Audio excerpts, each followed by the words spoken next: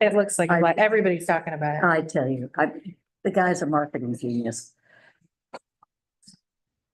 Yes. It looks like it's gonna be a blast. 2 days.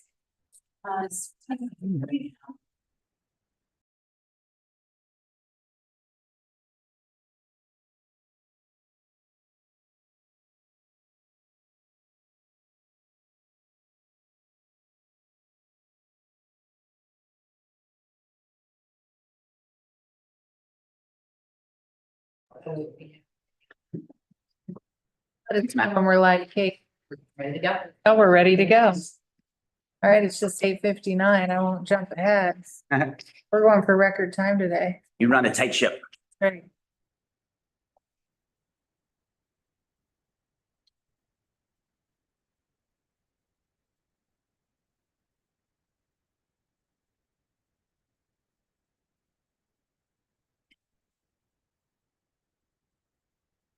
All right, let's call this meeting to order. Good morning, welcome. We've got 2 speakers today. We have first Cynthia McCarthy and then Josephine Ward. Good morning. What is left to say? We and thousands of others have given you our reasons why you should not bulldoze that beautiful swale at the Brookline entrance of Burnet Woods. Designed by Adolf Strauss, a famous Prussian landscape architect, overlooked by Box Cox's former mansion, aptly named Parkview, and now occupied by the hushed patrons and librarians of the Clifton Branch Library. Yet here we are with stakes in the ground marking construction limits. Ironically, just as the grass has turned a luscious spring green, dotted with wildflowers, and the trees are budding out.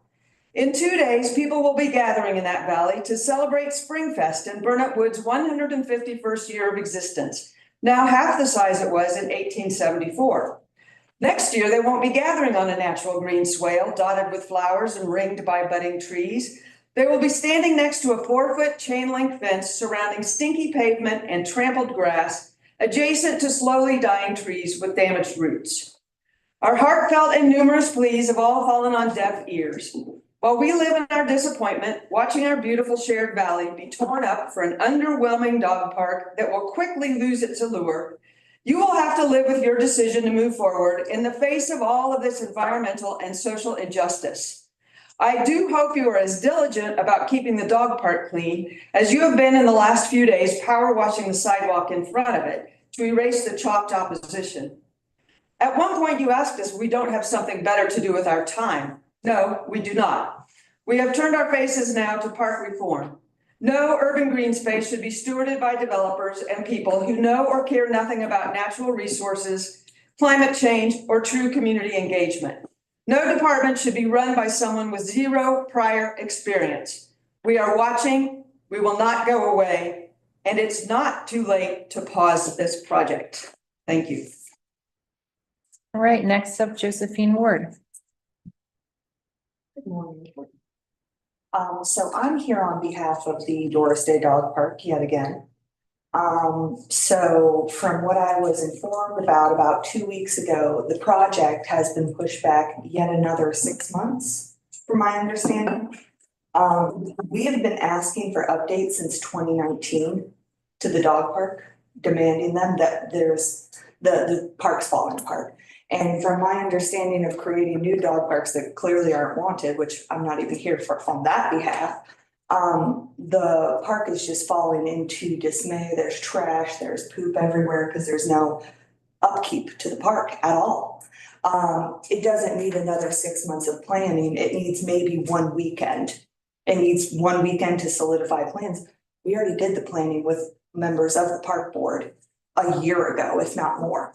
And I already have email evidence of that. I'm wondering, why is it getting kicked back another 6 months of planning when there's clearly better things, including Doris Day Mount Airy Dog Park, to be focused on? That's it. Thank you. We also received public comments in our email box. We welcome those. This month, we heard comments relating to the Burnet Woods Dog Park, staffing for trail maintenance, and the Cincinnati Parks Foundation. And with that, we can move to approval of the meeting minutes. Roll call vote today. Well, no, we don't need a roll call vote. We just have 4 members. Okay, who are all present. Do we have a second? Second. All in favor? Aye. Next up, this is our annual meeting where we have election of officers. We have 2 officers on the park board, president and vice president. We have a motion for president. I nominate President North to continue in her role for another year. Thank you very much. I John. second that. Thank you. Should we nominate vice president now?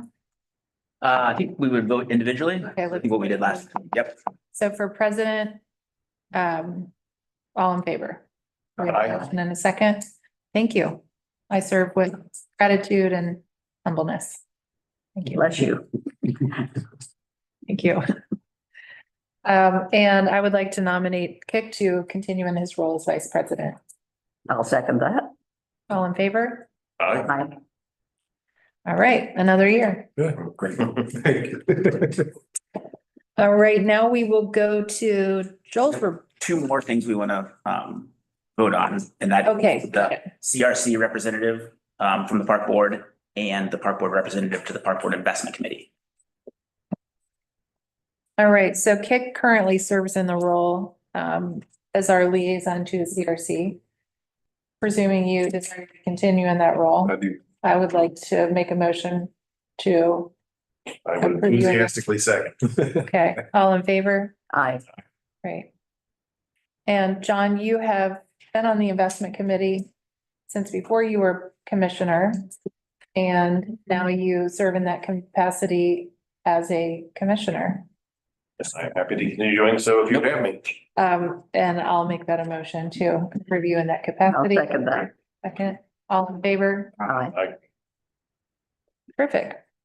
That concludes our annual appointments. Bill, you're up. Look at this, it's only 9:06.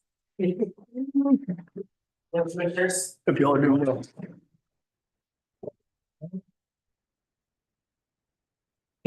I'll start with the action items, if that's okay, and then things that you all need to know about. And if you all have any questions on anything else, please let me know. Late Tuesday night, we got the Everybody's Treehouse quotations back from Megan Construction for the second time. If you all remember 3 months ago, we reviewed a lot of their details and realized that the railing details were kind of overdone for what we're trying to do here. Cost of that was exorbitant, I will say that. Coming back, we've saved about $53,000 in redoing the railings. So that was essentially what the delay was for, was trying to get that righted with the structural engineer and make sure it was something that folks can build. Wasn't really excessive for what we're trying to do here. So Megan responded with a price of $291,489 to do everything on the treehouse that we'd asked for, which is replace all of the railings, both on the accessible ramp and what we'll call the mothership, the main part of the treehouse. Both of those things get replaced. The band boards around the mothership itself are deteriorated to the point where they can't hold up the railing. Facilities folks have had to shore those 3 or 4 times. All of that is coming off and it's going to be replaced. The railing itself was built originally to a height of 36 inches and the code is 40 inches. So we have done a whole lot in how we best connect, retrofit those rails to make sure that it's safe and it's the best, it's going to last the longest that it can. So all of that has been done. Thanks to Chris McGee and Andrew Campbell just for their tireless efforts and making sure that's something that people can build. It saved us $50,000 in this situation. So P&D is coming before you all today with a recommendation recommending that we approve a contract to Megan in the amount of $291,489, as well as an owner-controlled contingency of $25,000 beyond that, and a provision for $10,000 in special inspections, which there will be a few of on this one for the railings, for some of those connection points, the new connection and all those things. For a total request of $326,489 out of the oldest infrastructure and rehabilitation funds available. Any questions? Have we already approved the funding source for this project? We've not. Okay, what fund is this? This will come out of it's 2022, FY 22, couple of dollars.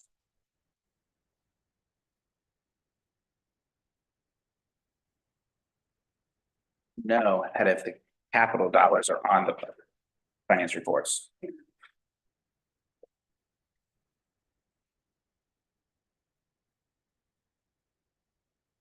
I think it would be really helpful for us to be able to see this in our package where we've got the capital budget for the year and any encumbrances we've made year to date. So we know that we're approving something that's got a budget associated with it. No problem.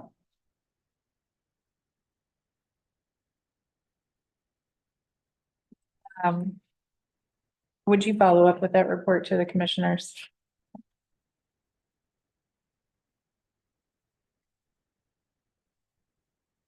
Is there a timeline indicated?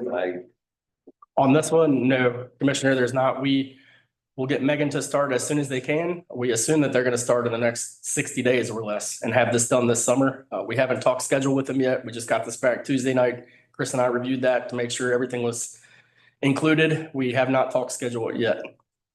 With this being a TPA, third-party agreement contract through Megan, there's a whole lot different. It is the contract is already done, essentially. There's none of that waiting on that kind of stuff. That is the purpose of the third-party agreement, hopefully, is that all that red tape, quote unquote, has been done already, and we can just move forward with certification of funds. So we plan to do that essentially as soon as we get the green light from you all.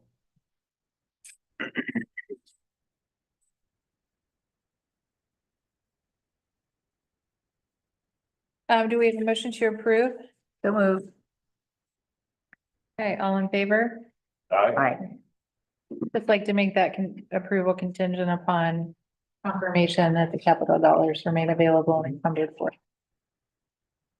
It's my understanding they've been sitting there since 22. Yeah, I don't doubt it. We just don't have any reporting to substantiate that.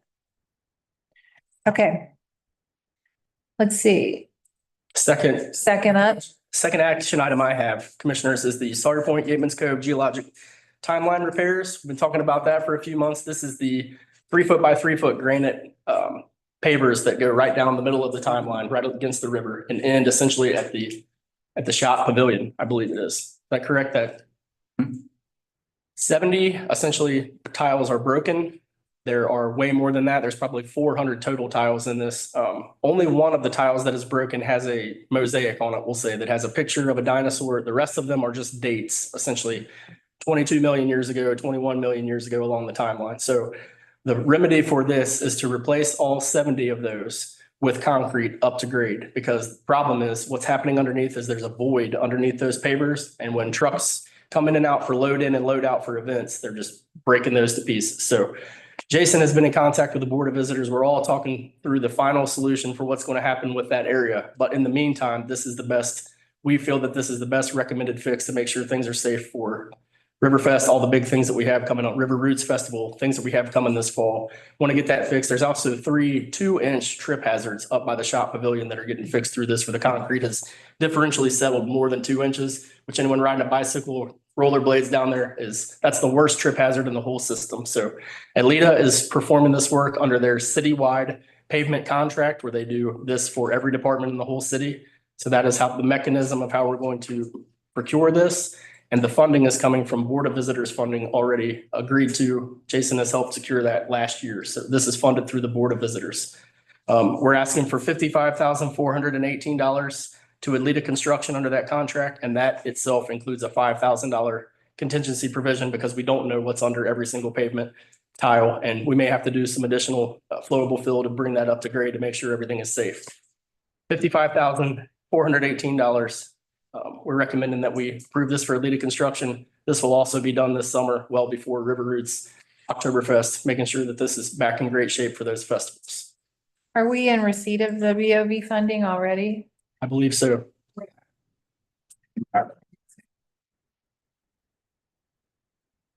This is a different, if I may, this is a different renegotiated contract essentially than the TPA, but it is still is it the citywide contract that Alita has on? There are several citywide contracts that different folks have for different things.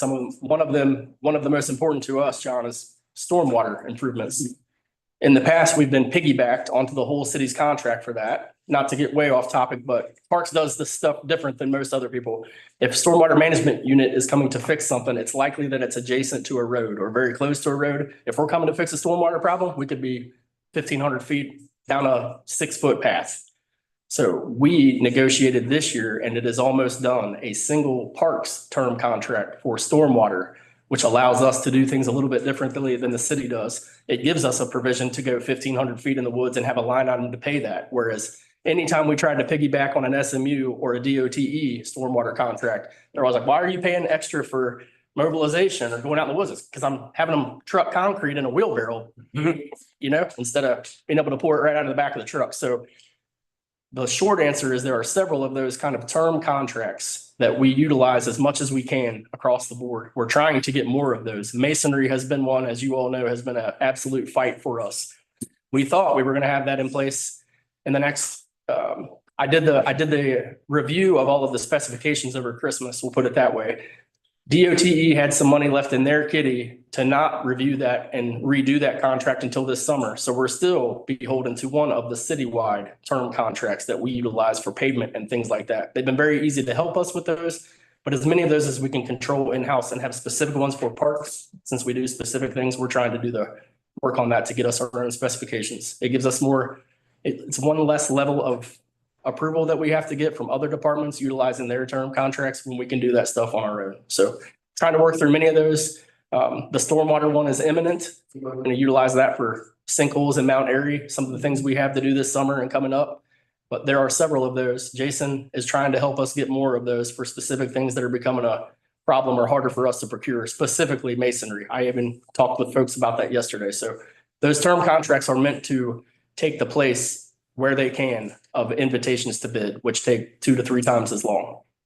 That's To me, that was the kernel of it, is those different structures. I was aware of one, I wasn't aware of the other, and I think that's terrific to explore whatever means we can to, when we have the funds, to get them placed in the ground as responsibly as, but quickly as we can do so responsibly is terrific. That could be the thing I learned today. Stormwater is the one that's really going to help us. As you see, we've done some emergencies lately. We actually have another one coming at Mount Airy, just to where there's sinkholes adjacent to pavement. I spent a lot of time working on sinkholes in my previous life and they scare me. So, because you can't see the bottom, you don't know when people are going to get hurt. We got guys on mowers that weigh 600 pounds and the dudes on the mowers weigh 200 pounds. So those kind of things bother us and we deal with them quickly. Stormwater contract will let us address more of those quickly. And we have several more of those in the works as well. Hopefully masonry is one. I know we have things at Burnett Woods I've been wanting to do for 2 years, and it's just trying to get that mechanism of contract.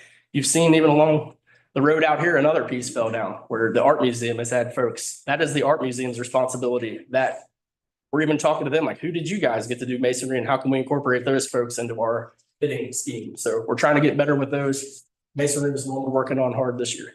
I couldn't tell if that was one that had recently been repaired or if that was a new stretch that. If you look close, you can see all the new mortar and the ones that have been, and that was an old one as far as I've seen.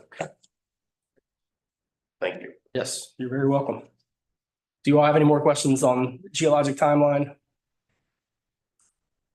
We need a motion to approve. I'm sorry, you had a question? No, I was going to say, this is a good idea to change it to concrete. It really is. That land is forever shifting and the grants are going to get busted up just like that. We did take a rubbing, Mrs. Castellini, of the one piece. There aren't any from the original art. We can't find yet all of the original pieces and mosaics that they did. They may not exist. They may have been done. So we actually took a crayon and are going to rub all the ones that have anything on it so they can be reproduced should we decide to have everything engraved when the concrete is all in. So working towards trying to make that, you know, serviceable now for the folks that have to drive over them and then still make it so we can put it the way we want it later. So moved. Second. All in favor? Aye. Aye. Thank you all. Those were the only action items I had. I do have one more that I wanted to introduce to you all. That's going to be an easement potentially here in the next few months. If you flip to page 11 of your packet, the last thing that I write about Columbia Parkway and the Duke utility easements. This one came to us pretty recently. Where Martin Drive over, the overpass for Martin Drive comes over Columbia Parkway. Pages 52 and 53, you can see City of Cincinnati Parks owns those parcels along that slope along Columbia Parkway. Duke Energy is trying to put some of their power underground. So they're Good idea. yes, for sure. Absolutely. So they're coming from Martin, it looks like, along one of those lots, the 4-inch underground conduit, which will house electric in front of the lots parallel to Columbia Parkway, and then back up to the pole on Martin Drive. Those 3 pieces will be put underground with 4-inch conduit. Reviewing these, the biggest problem in reviewing this was ensuring that Parks was actually responsible for these properties. The CAGIS layers, the GIS layers that we use, that Matt DeBone and I use to ensure when we're reviewing properties, had some discrepancy in that. So we were talked to GIS a lot this week to make sure those are ours. These are our properties from legal, city legal. So they're asking essentially for a 15-foot wide easement centered on that 290-foot run of conduit right there.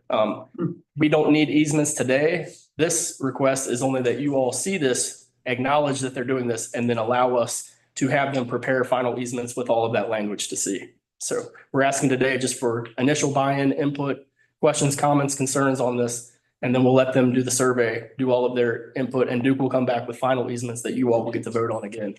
But before we let them do all that work, I wanted to make sure you all didn't have any major concerns with this.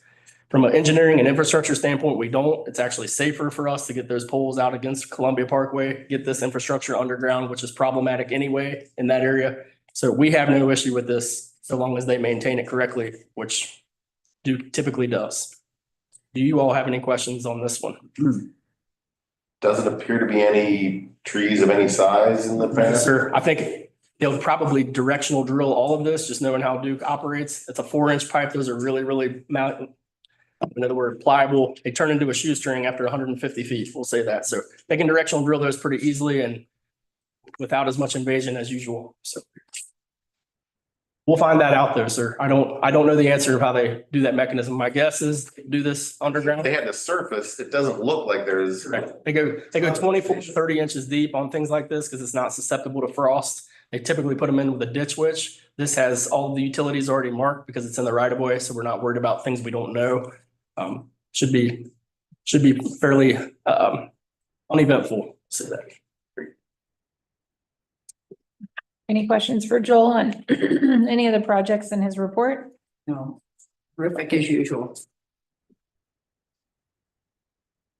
Thank you all. Thank you, Joel. You're welcome. Lots of fun stuff happening. Becca, you're up. I'm sorry. Okay. The rework of Theater and Berry. Did floodwaters get to that? And that's, Sir, okay. it was on my mind every day, as you can imagine. It was untouched. They finished all of the plant installation yesterday. Sod is happening. So Didn't know the differential elevations along the riverfront and it. we talked a lot about that. It just matters. Yes, sir. The one that we're concerned about, and Jason knows this as well, is what happened down at Smale. You know, one more time, right against all of that infrastructure, we've had a saturation point 3 feet above the top of that, and then it let back out. I haven't seen it since our staff's been working to have that cleaned up for a week and a half. I need to go down and look at that. We're actually going to measure that again. We have survey gear that you all allowed us to get a year or so ago. So in conjunction with the Army Corps of Engineers, we're going to go take 10 shots across the top, 10 shots in the erosion to see how much sloughed off even during this flood. That will even give them more onus, hopefully. Say, hey, we lost another foot here, guys. We got to do something here pretty quick. I know it takes 2.5 years to do a director's report, but we understand we need to get that stuff done quickly. So that's the next follow-up we'll do on the river, but that's what we're worried about from the erosion. IFP is rolling. I believe Rocky has got the grand opening set for 11 a.m. on Friday, May 16th. So that is set. We'll be ready for that. So everything is looking great with IFP. We've confirmed the mayor's attendance at our grand opening, which we're very excited about. You all have anything else for me? Thank you very much. Appreciate it. Thank you, Joel. All right, it's been a long time since we've done a deep dive on the financials, and we're excited to do so today.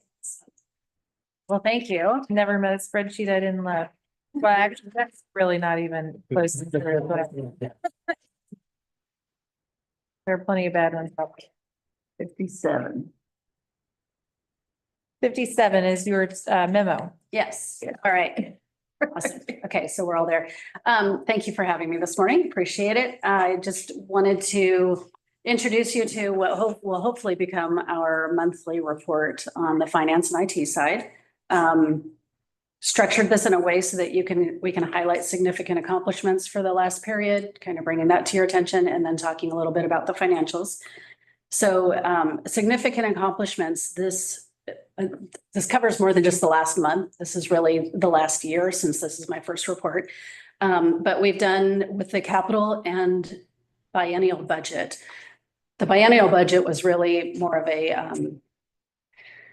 it's the operating budget for next year, and then the projected for 2027, fiscal year 2027. That will be adjusted next year when we do the budget for 2027 again. However, we're in the biennial phase right now, so we did 2 years at once.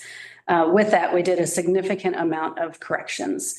And just to give you a little bit of background on that, when the budget was first established, however many years ago that was, each year they take the prior year's budget and apply inflationary figures to each of the line items.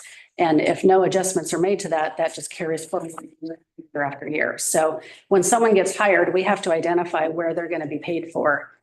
We know which line item they're going to be paid out of. And as people shift, that position might get realigned to a different location. And if the budget doesn't shift with it, then the budget stays where it was and just, again, continues to go on and on and on year after year. So what we found is as we're going through the monthly financial reports and we're looking at where we are budget to actual, things weren't really lining up very well. And so every single pay period, we've had to do essentially journal entries to move money from one budget item to another so that we can budget is in the place where the payroll is being paid. That's a lot of work on the finance team. And as the finance team has shrunk over time because of people leaving, it's been a lot of effort to try and keep up with that every single month. So with this budget cycle, I attempted to fix that as much as I could in the time that we had and realign those budget figures where they actually belonged. So that was, in my mind, a major accomplishment because hopefully it will take some of the pressure off of the finance staff each pay period, which is every 2 weeks. With that, we've also, for the first time this year, the city required us to enter a 6-year capital budget. In the past, they've only required the next year. Now they've extended that out to 6 years. The first 2 years, and I know Jason's talked to you about this in prior meetings, but in the first 2 years, it was really focused on what do you really think you're going to spend? And then from year 3 on to year 6 was, okay, now let's project out what you think you might spend. Recognizing that after the biennial. I spend or want to spend. Well, we start with want to spend and we ended up with what we then have to make work essentially. But either way, that was another significant effort was entering 6 years worth of information. Again, we talked about this a little bit at the last meeting, but the way that we enter the budget is significantly different than the way that you see it in reports. So there's a lot of different line items that we have to enter. And so now on to the good news. Adding to that, our finance staff has expanded. In January, we lost one of our administrative technicians to another department. She moved on. So we had a vacancy and we were down to 3 people in finance. But I am happy to report that we are up to 5 people in finance now, which makes me very happy. We've added Adam Thompson, who came to us from Treasury as a senior accountant, and we've added Kirby McCloy, who came to us from the outside world, if you will. And they are already, I can say that the overall feeling in finance is much lighter and happier. And I feel like we're really making some progress. So super excited about that. Kirby just started this week and Adam started 2 weeks ago. In addition to that, we had a vacancy in our IT team that was filled also on Monday of this week. And that was with Matthew Shorty, who came from us from the outside. So he'll be leading up our IT team and hopefully moving things forward in that direction as well. Matthew joined us here today. Yes, he's here today. Yeah. Indeed. Welcome. Hi there. Let's see, we've also, some of the other things that we've done over the past year is kind of looked at process, like how do we do things in finance? How do we do things throughout the rest of parks? what kind of communication do we have between us and Joel's group or us and Crystal's group? And how can we improve those? And so over time, we've looked at different ways of getting our finance team out to meet with these individual groups. So we have regularly scheduled meetings with Crone and with Green Space. And we try to hit all of the departments on somewhat of a routine basis so that not only is there familiarity between like face to name, but also if they have any general questions that they need to, let's kind of talk about this. And it's going to take a little longer than just an email correspondence. That's been really, really beneficial, I think, and has helped us understand what they do and also helped us share, like, what's the process on how do you make things happen? We all know that purchasing things through the city is a bit of several hurdles you have to overcome. And so our job, in my mind, is to help make that as quick and easy as possible. And so with that, one of the things that we've recently done is we have split off an email to where anything that's an encumbrance goes to one email so that we know immediately this is something somebody needs to do their job. And then all other finance related questions go to a different email. So I think that's relatively new. We don't have any data back on how people are responding to that, but I feel as though it's helping kind of highlight, what needs to be dealt with first as far as priorities are concerned. So with that, any questions on accomplishments or where we are right now? Awesome. I just have sorry. Go ahead. I just have one question. I'm assuming that you've got the proper programs to help you, computer programs to help you do this job. That's you've been given the latest, greatest. Correct. Yes, we have tools beyond what we're actually using right now. So that's one of the things that we're looking at is how can we optimize what we have and simplify. Again, over time, kind of like the budget, we started with one budget and we just continue to move that forward until someone actually does a deep dive into the accounts and says, wait a second, we need to do some adjusting here. That's similar to what we have in finance. We use a variety of tools. Some of them are given to us by the city, like it's a city program. And so every department uses it. And some of them are specific to things that we've instituted in finance over the years.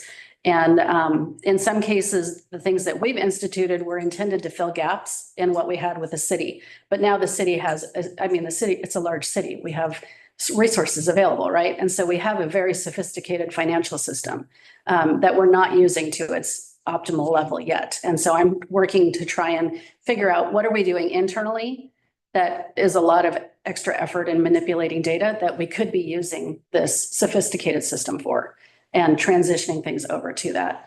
Just as an example, our Green Space team has a business improvement program where different neighborhoods can pay to have us manage flower displays for them and so forth. And we bill them twice a year. And we've been doing that through QuickBooks, which is great. QuickBooks is a great program. However, we can also do those invoices through the city. And then the city is the one who follows up on overdue invoices. We don't have to do that. I'd love to get that off of our plate. So we're looking to transition that out of QuickBooks and into the city system. Just one example. So yes, we have the tools available to us. We're learning how to use them most effectively. Thank you. Yeah. And I just had two appreciations. Maybe there's a question buried in there, but the narrative around the equipment purchase. Yes. Municipal finance is one of the most opaque things I have ever encountered in my adult life. And just explaining the timing lag between when you order and when it's here, when the funds flow is not particularly intuitive. And so that I found that note very, very helpful. And in the taxes, and I think this is probably what you're trending toward, but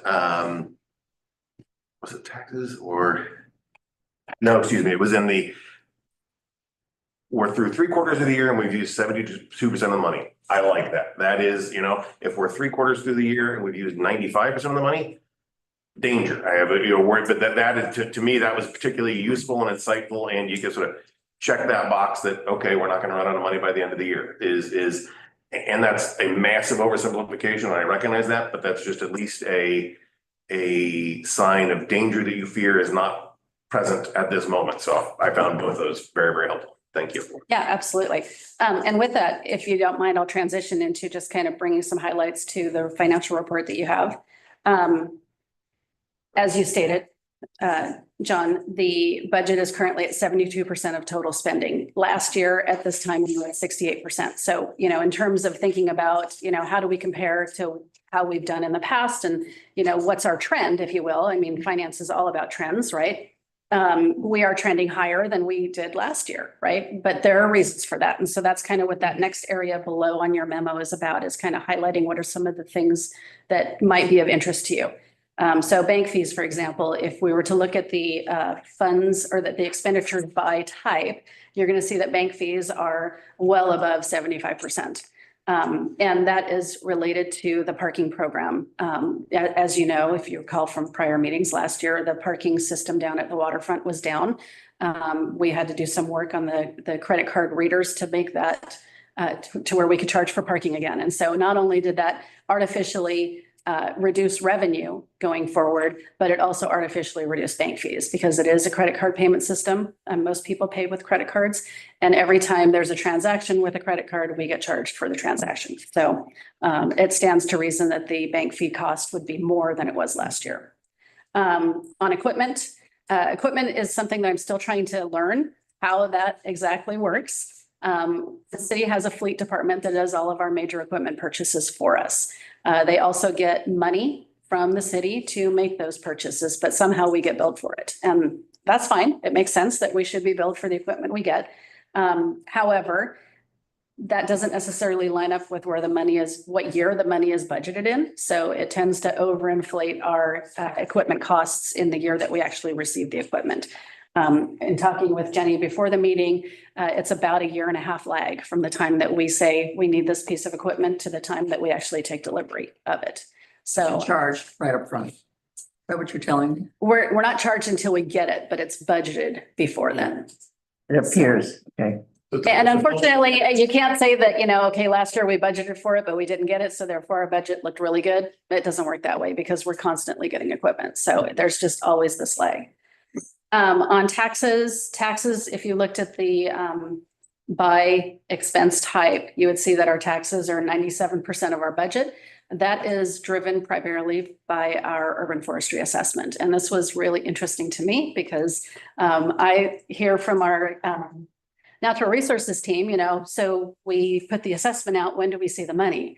And I discovered, that a little bit embarrassing to say this, but I discovered this through this go around that we are actually the ones who pay that assessment. So we bill ourselves. But so that assessment it looks that way on paper. But the way it works is that the assessment is paid out of the general fund. So the city budgets the payment of the assessment through the general fund, which is in our budget, but we bill it through the urban forestry fund, which is also in our budget. So the revenue goes from one fund to another. So we pay for all city properties. So if the city pays the assessment as well, then so basically we know what that's going to be. We get a line item for it. They give the money to us and then we move it over to urban forestry. And I find that really interesting too, because to the extent. Pay taxes too. Exactly. Yeah. So to the extent that we recently, like in the last, 3 years, when was the adjustment to the urban forestry assessment? Was January of 22. Someone Okay. to my left who knows about it very well. All right. So 3 years ago, we increased that assessment, right?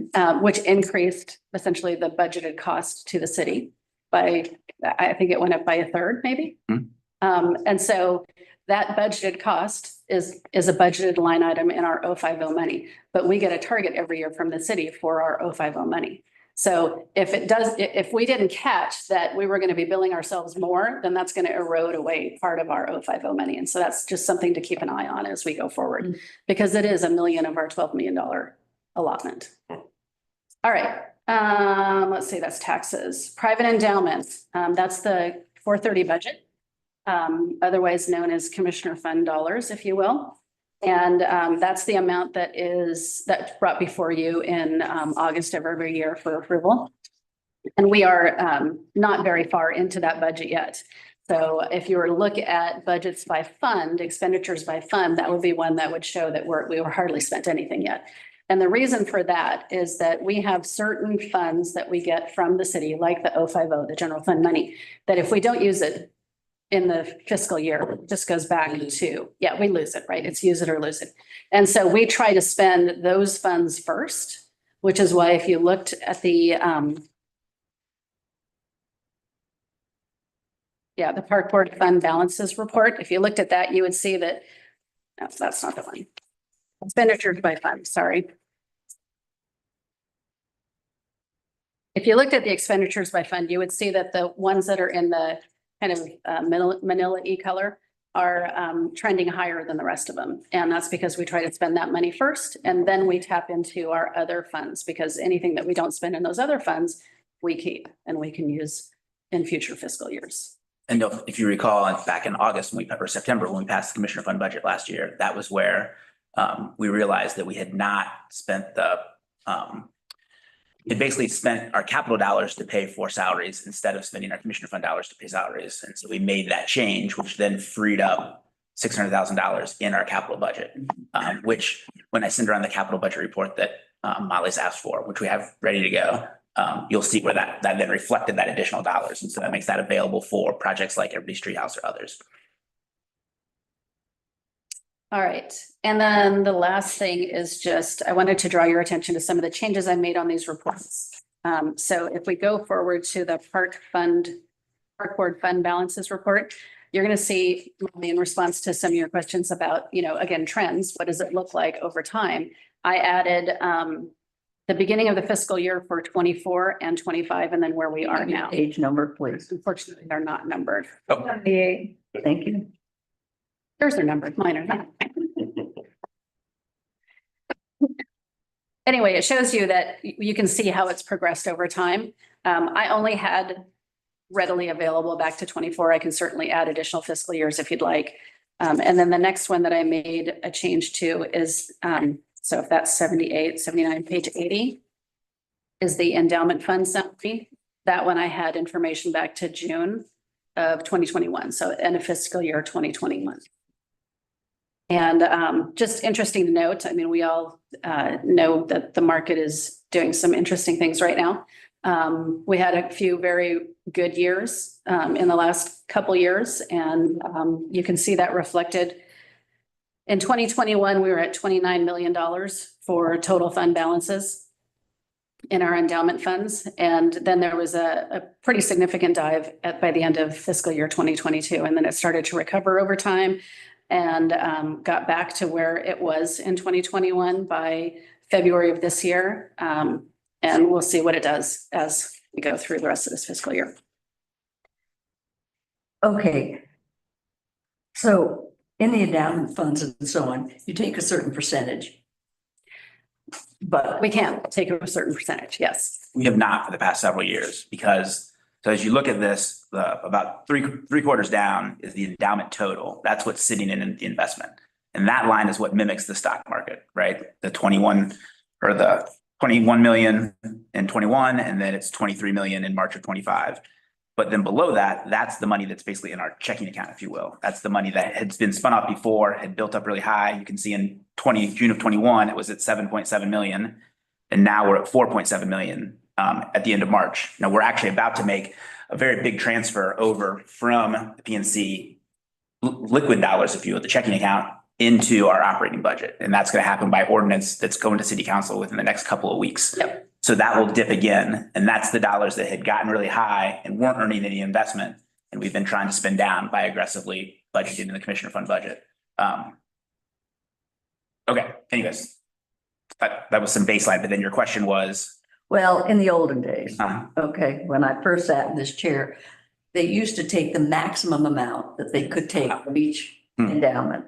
And then if it didn't get spent, per se, that the endowment covered a certain park or whatever, then it dumped into the commissioner's fund. Right. And then the money just, And so that's why it got up to 7 million. and of course, and then I've assumed that the change still, you don't take the money unless you're going to spend it, leave it in the endowment and let it grow. Correct? Mhm. Amen and thank God. Okay. Thank you. Yeah.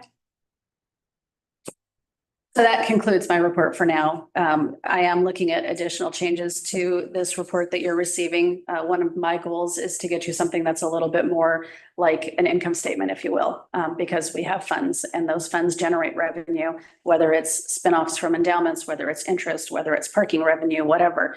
And we have budgeted items there too. So to me, being a financial person, it makes sense to me to see like how much money are we bringing in compared to how much we're spending and how are we filling any gaps with that.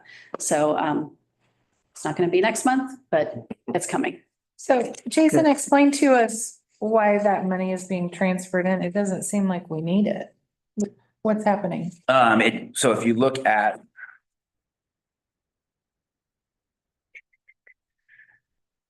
Jason, I can take a second. page 78, about 2/3 of the way down is the 430 Parks private endowment. Mhm. And so that, as you'll see at the beginning of 24, was at $9,900,000. And now is down to $126,000 because we haven't done a transfer from the PNC accounts in a while. We do those not steadily, but in bulk. And so that's the transfer that's going to be made in the coming weeks to fill that back up. So the commissioner fund, and that whenever anything comes into the commissioner fund, it sits at PNC. But in order to spend it, we move it over. And that's How something, I much are you moving over? believe 1.2. About that Higher. operating. We're moving in all, it's going to be around a $3 million transfer, but some of that is capital funds that were donated by the foundation that haven't been moved over to the checking account, if you will, where they're going to be spent out of. It's a difference between bank accounts versus budgeted accounts. Yeah. And when it gets moved over, it's been tagged to be spent on something. Correct. Yeah. Correct. Mhm. And that's one of the things that traditionally a lot of that accounting was kept in this building. And that's one of the things that HED has done a great job of is adding those codes and those spend accounts into the city budget, which will provide better transparency. It'll provide better reporting, more consistent reporting. So instead of recording that over here and then moving over there and then having to kind of translate, we're moving a lot of that over. And she's spent a lot of time trying to demystify that and get that much more into the city accounts, but still retaining the actual endowment dollars at the PNC account. So, if you'll entertain me for a minute, Mhm. I know we've talked about this in the past and we've talked about it in the context of this meeting. Is I know that there's a push to spend down commissioner fund dollars, but I believe I speak on behalf of the commissioners when I say we want to spend down the commissioner dollars by getting more projects done. Amen. Not to create a gap funding source for the operations of the park. Mhm. That's the goal here, is that we can build a better park system with some of these discretionary dollars that allow us to do a little bit more and Mhm. up what we're doing in these parks. Mhm. I think we've gotten off that course with moving these dollars into our operating budget. Am I right or wrong about that? I wouldn't say you were wrong, but I don't think that, I basically think we can do both, and we are doing both. So the only change we've made 2 years ago was that we shifted some of the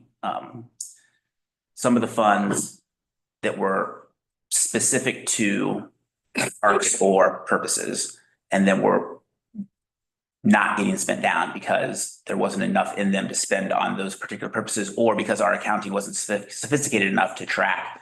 We bought $1,000 worth of mulch for this park, so let's take it out of here. We just took it out of the mulch budget because that's how you pay the mulch bill. And so what we did was we realigned about $600,000 to pay for payroll, because we do pay payroll every year, and therefore we can make sure that we're not allowing those accounts to build up for these specific purposes, while keeping all of the general dollars free to be used however, how we have used it in the past. So that was the one change we made. And what we saw last year was that allowed us specifically to inject more dollars into capital, which is what that $600,000 transfer we did in September was for. So we were doing exactly what you wanted by using the dollars for operations. It freed us up to have more dollars for capital. So we're attempting to do both, and the dollars are there to spend on projects while also spending on improving, improving our service to citizens and our service and our operations in the parks. Okay. Well, I want to be confident that we're not using our commissioner fund to bridge the cost of operating the parks, because that is not a sustainable business model. We'll run out of commissioner dollars, and then we won't have the operations dollars from the city, and then we have to make cuts to the parks. That's just not a sustainable plan. Absolutely. And one thing that comes to mind as we look at these endowments, if you drive around and you see the, magnificent Fleischmann Gardens, it's because there's this very deep endowment there. And we know for other parks, they fall into disrepair because we don't have the dollars to keep up with them. So I'm wondering if there is an opportunity for us to consider creating endowments by using the commissioner funds for some projects that we kick off. I mean, this is one of the biggest challenges we have is we do these great projects and then we don't have the dollars to support their continued maintenance. And 20 years later, they're just not where we want them to be. I don't think we have to answer that here, but I'd be interested to hear thoughts from you, other commissioners, and if that's even a possibility. Well, I think, I think actually on some level you answered your own question. And so in using the commissioner fund dollars for parks operations, that's effectively what the non restricted endowments have the ability to do. And one interesting thing is, like we mentioned earlier, we haven't taken a distribution in a while. So we've allowed those investment accounts to build up without taking distributions. But that's effectively what they are. And it's actually more helpful to us because it gives the park board the flexibility to use it on general operations rather than specific to a park operations by keeping as many of those endowments unrestricted as possible. And so effectively what we have is, $24 million worth of, and about 6 to 7 of it is restricted, I believe, off the top of my head, don't quote me on that. And all those dollars can be used then for the operations, and it allows us to take care of those parks above and beyond what we would have if we only had the city dollars. In philosophical terms, I agree with what you're saying, but in practical operation, not so. Right, there's the pot of money there and we're making decisions about how we're maintaining, but if, for instance, we kick off an Owl's Nest project and we make part of that fundraising, the development of an endowment, and we also wanted to fund some portion of that endowment with commissioners fund, would that be a possibility? That's really where I'm going with it. I understand we've got those dollars available to maintain the parks, but it's a question. I think for just us to consider the best use for the dollars. Yeah, well, and that's happy to have those conversations. One of the things I've been I have been paying attention to is questions like these. And admittedly, the commissioner fund is something that, it's unique and interesting and it's complicated. And Hedda and I have had a lot of conversations about how to demystify was the term I used a second ago, to demystify it and to try to illustrate my answers to your questions as we prepare for the commissioner fund budget this August. And so I guess which is to say many more questions, many more conversations to come, but I've been listening and our plan is to, as we lead up to that, to illustrate in a better way how all of that works. So those questions are not just answered by me verbally, but the questions are answered on black and white on the page. It's sort of a resilience building. Yeah. It would be an opportunity to do that. My recollection is that certain of the funds would be fairly permissive, certain would not, but I don't think it's binary. I think there are several that are fairly open for general purposes for the benefit of parks and certainly resilience would be a valid consideration in that, I would think. So. Okay, my understanding of the commissioners fund and any money sitting in there is free for us to spend any way we want to. I don't think that's true of every fund. I think several there are that way, but I thought a couple were more. There are a lot of endowments that are not that way. We don't have monies coming from those funds. Okay, the ones that we've got are the ones that have been dumped off, haven't been spent. and therefore are free for us to spend. And my understanding is any cut and pick and way we want to. And the reason I'm sitting in this chair and took this job on again was because it really was terrible that there was almost close to $8 million sitting in there, which signals to the city, oh, look, they've got $8 million that they could be spending and they're not spending. We don't need to give them blah, blah, blah. And it just isn't the case. So poor Jason, I've been riding his back on this since the day he took that chair.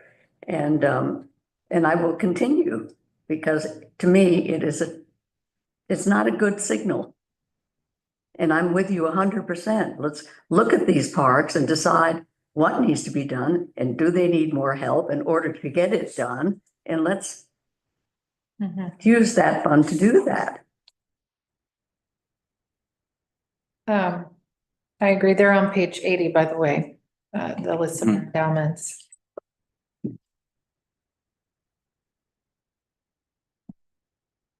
Great. I think, what would you like to cover? That concludes. I do have a couple questions for you. Go for it. We talked about the capital fund budget. I do think that's an important part of this package for us to look at what the capital budget is for the year, any encumbrances that we've already approved, and maybe any budgeted encumbrances. So that when we get to this point in the meeting where we're approving a capital fund, we say, oh, yes, we planned for this, or, oh, yes, we've got plenty. There are a couple more things that we plan to approve this year. So we just understand the context of where we are in the capital fund planning. And then John, you will come at some point, or one of your committee members, just a overview of the work of the investment committee. Happy to, anytime. Okay, I think we had talked about doing that. Do we have a date that? I think we talked about July, which would then be in advance of approving the commissioner fund budget in August. Great. And we've been discussing extensively and it's an advisory body, not a governing body, but we've been discussing extensively what advice we would propose to the commissioners in terms of disbursement policy. And I think we've been heavily informed by GCF's policies because they have a lot more funds than we do. And that seems like a reasonable, stable model to follow. So would want to include that as part of the conversation and get a sense from this body of if that's consistent or inconsistent with desires of this group. So Great. happy to be prepared for that. Well, I know that you've added at least one investment committee member, maybe talking to, okay, there's a second one. Yep. Coming Has up. agreed. And we have our meeting next week, which I believe she will be attending. And then we will ask this group at the May meeting to formally approve her membership in that. Great. Terrific. So it'll be exciting to hear kind of the new conversations you've been having about how to get as much funding from these endowments as we can so we can get them into the parks. Great.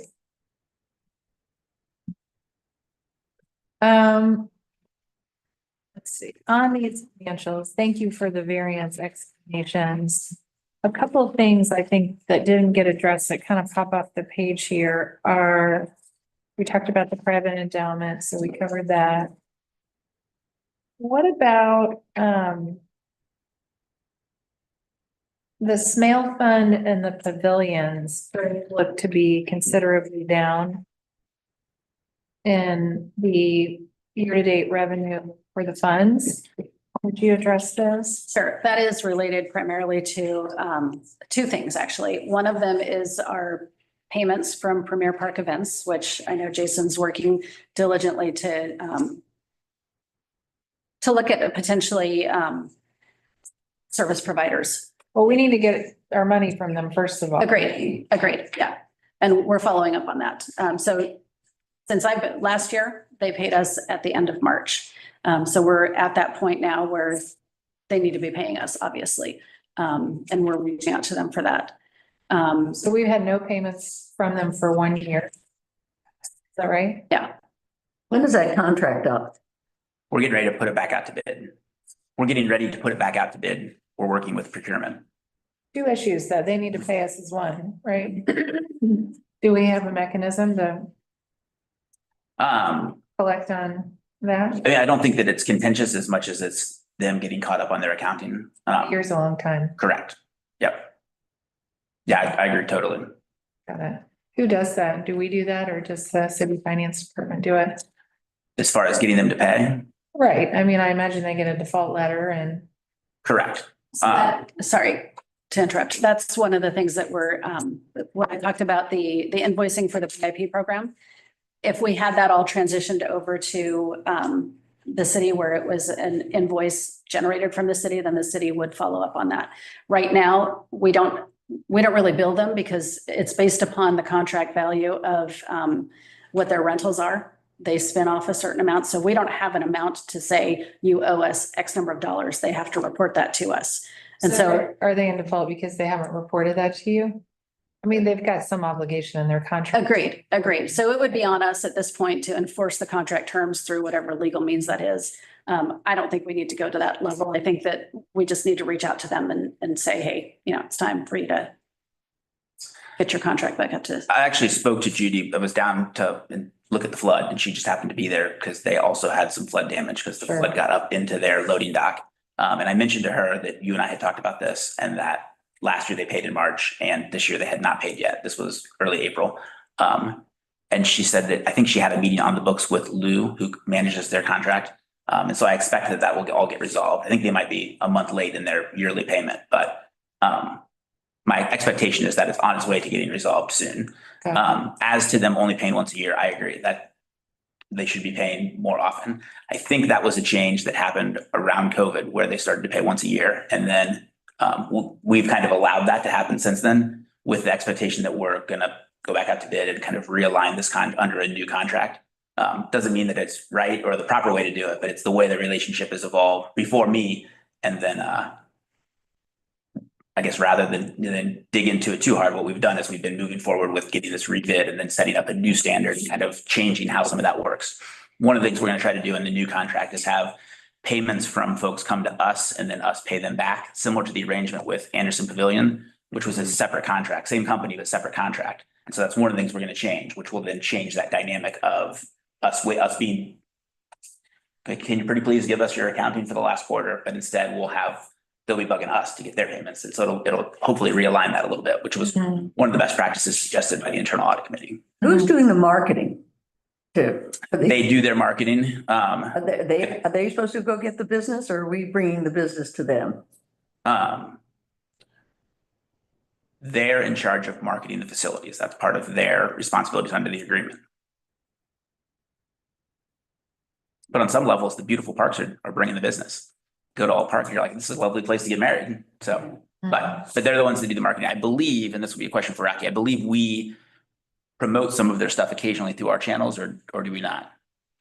No, what we promote is for our picnic shelters and Okay. areas that we rent, not Mhm. the lodges and buildings.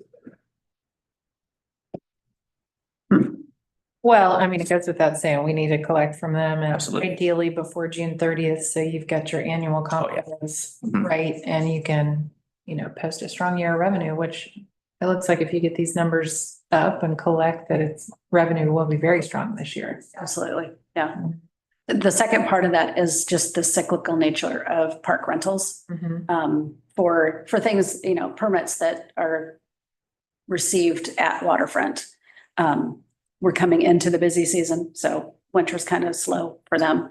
You're not going to see a lot of revenue generated at that point. Summertime is really when things kick off. So you expect Smale will catch up Absolutely. okay. Yeah. Got it. Great. The water stays away. It says here on equipment that there is a reserve within the specific fund to cover the overage in the year of delivery. How does that correspond to the financials?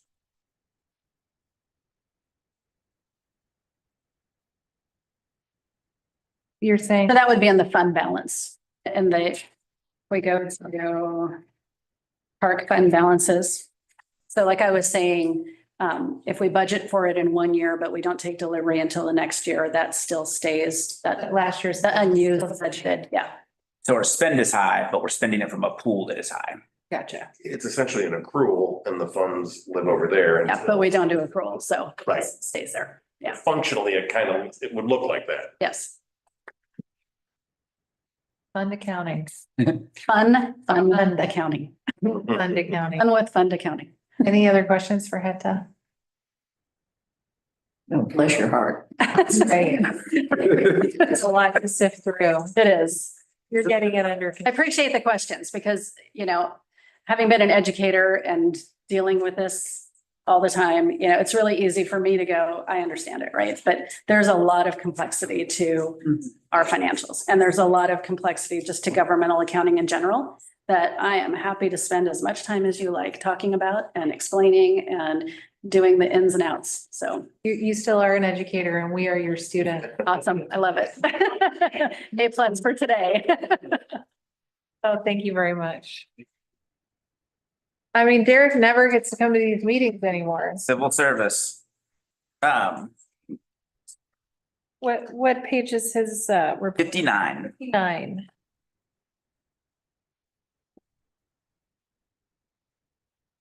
So it's been a really solid month of adding folks to our parks team. We're currently at 166 full-time folks, 100 part-time folks, have 6 new appointments this month, which is what he's down to get approved today. He's also been, as you see at the top, he's been working really hard to develop exams for some of our positions. Several of our positions that we want to fill, we've got applications for, but we have to have an exam for because in the union contract, they've got to be tested and then you got to hire from the test. But he's working really hard at that. We've got a bunch that I think we're going to have posted soon. As you can see, we've hired John Robiker as a horticulturalist at Crone Conservatory. Jeffrey Thompson is a laborer in the West District. Marie Songer is a horticulturalist in the East District. I'll note it says florist here, but just recently we had City Council pass a change to that classification. All of the work and all of the duties stayed the same, but we changed it from a florist to a horticulturalist, which matches kind of industry standards as that's changed over time. And the florists are very happy that they're now horticulturalists because they feel like that reflects their skill level, their knowledge level, and what they're actually doing out in the field. So we're really excited. It's a minor change, but It's a major change. exactly. Major change. Words matter. Yep, totally. Kirby McCloy, who we mentioned before, had just started on Monday as a senior accountant. Cornelius Silas, a laborer in the East District.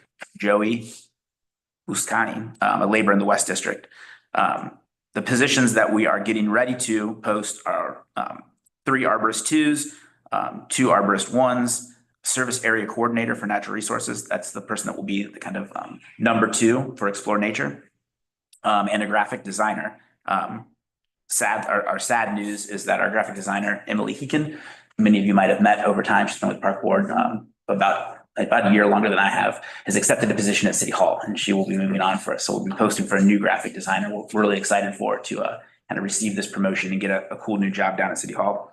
And then current active postings, we have a supervising engineer that we've posted for, and then all of our Parks and Rec specialist positions that are our seasonal positions for summer, and our municipal worker position as well is posted. So a lot of stuff out there, a lot of stuff getting ready to be tested, and a lot of new folks. So Derek is always busy.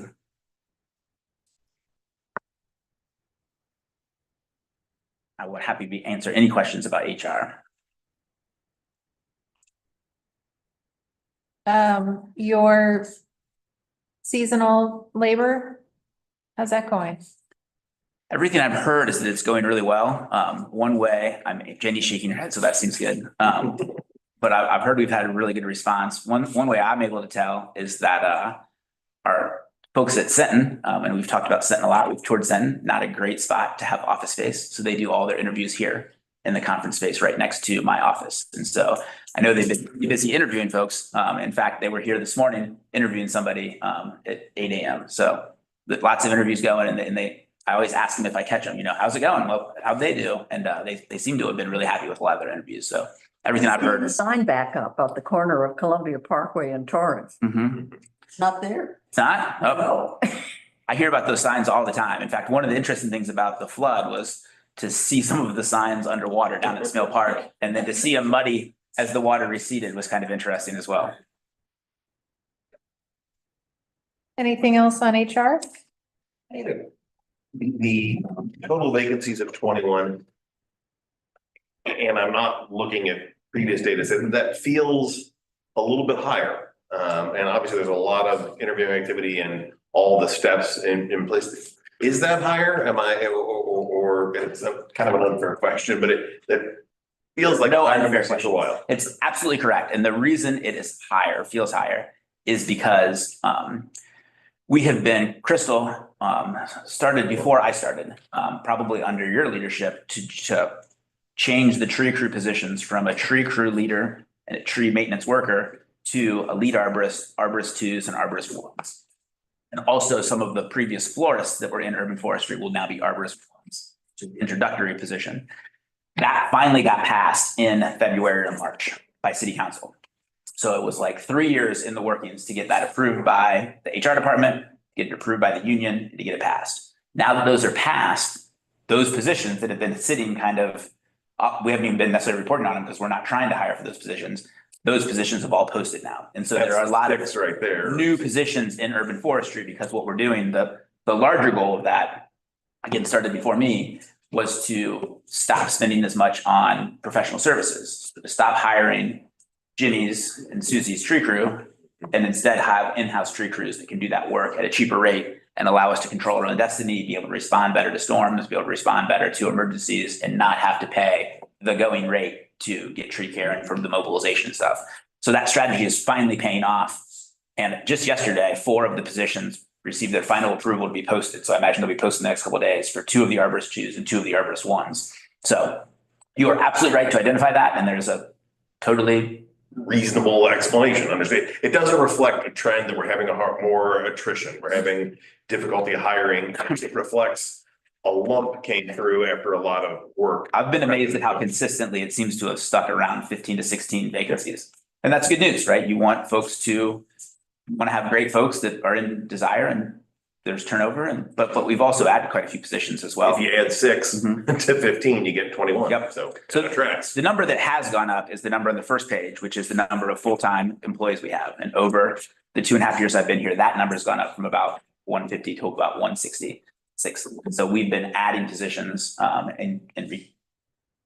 but there's still attrition in the new positions and the existing positions. But not a problematic level, a natural, you're gonna have some transition routinely, and you kind of want some transition routinely. Great answer, thank you. All right. Jason, budget. So once a year, I make a presentation to city council as part of the city's budget process. This is a presentation that we don't have a lot of say in. This starts on page 61. The presentation format is standardized for all city departments. And much of the data is entered by people that are not me and not our team. As you know, Rocky and Emily always make much prettier presentations, but this one's standardized to the city.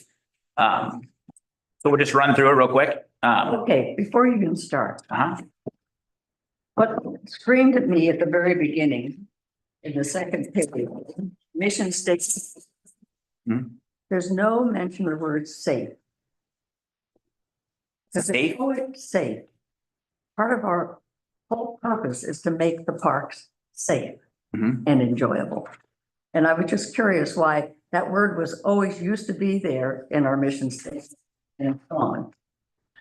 Well, I cannot speak to that. To my knowledge, this mission statement is something that has been consistent for a long time. Safe was always there. We're gonna get to that soon. Maybe you can. I think we can definitely dig into modernizing our mission statement for 2025. Okay. But I believe this is the one that's been in place for a couple of decades. So now there might be other versions of it, but I agree. I absolutely agree that should be one of the key things that we need to focus on. Certainly, one of the key things that Joel's focused on as we look at all of our improvement projects. So let's advertise it. So that list of services we had to develop last year as part of the city's new performance management process. And so we had to bucket our services into buckets, and these are the ones that our team came up with. All of those should be things that you recognize. When we flip to page 64, this is not our complete budget, but this is the budget that they wanted to highlight to City Council. So it highlights our general fund budget at the top, which you can see has grown from 2021 to 2025. It also has our restricted, it has some of our restricted funds, but not all of our restricted funds that they show about 6 million of them. And then it has our total FTEs, which you can see at the bottom has grown significantly, which was what I just mentioned. We have added a lot of positions to our TO since I've started, which has really helped us operate at a higher level. The following page, on page 65, is kind of a really fun little project that cities made us do, and we've enjoyed it. So we had to come up with 5 performance metrics to be part of our performance agreement, and every department has to do this. And so the first time we had to do this was last year. Well, I shouldn't say that. Last year was the first time I really got to dig into it and come up with ones that I wanted to highlight. So before we had some, but it would be like, get lot 23 done or do the Ludlow headquarters. But this year they wanted things that were measurable and trackable from a data standpoint. So we went with volunteerism, and we wanted to maintain at least 75% of our previous year's volunteer base. And these are ones that are supposed to be achievable. So you can kind of see if you're doing well above it or below it, and then kind of govern to it. We also did explore nature. So I don't think we'd had before a full kind of like satisfaction survey at the end of our nature camps and our events. So we developed a quick survey for folks to kind of share their satisfaction with summer camps and with our programming. We then went with urban forestry. And so we wanted to plant 75% of the trees that were ordered in a given planting period. And we wanted to address 90%. We wanted to, well, in talking to Crystal, I said, how quickly do we address calls for trees or limbs down in the right of way? She's like, within 24 hours, we're on call every night. Somebody's got their phone. So we were trying to track that. How do you track how you do that? And we said, well, let's look at how quickly we close CSRs, which are customer service requests. And so we said, we'll try to close 80%, 90% of them within 7 days. And then the last thing is probably the number one thing we do is just keep the park beautiful, right? And that is picking up litter, that's mowing lawns, all that. So it's like, well, what's a data point we can have to try to track that? So we went with, as our first attempt to track this from a data standpoint, CSRs for litter or overflowing trash cans. We wanted to address those, to close those, 74% of them within 10 days. So we were like, okay, let's see how we do, right? Because again, with trash and litter requests, typically when I hear about it and I send it over to Jenny and she sends it out to the team, they've already taken care of it. A couple months ago, I got a report from somebody in Clifton that there had been a big dump of tires in Mount Storm. I got the report at like 8:45. I email Jenny. Jenny emails Matt Hood, who runs the West operations. Matt Hood sends back a photo of a half full truck of tires and a guy standing on top of it. Like, I've put up all the tires in here. They had already addressed it, right? So we get to these things so quickly. But we were like, but how do we track this? Let's try to use CSRs.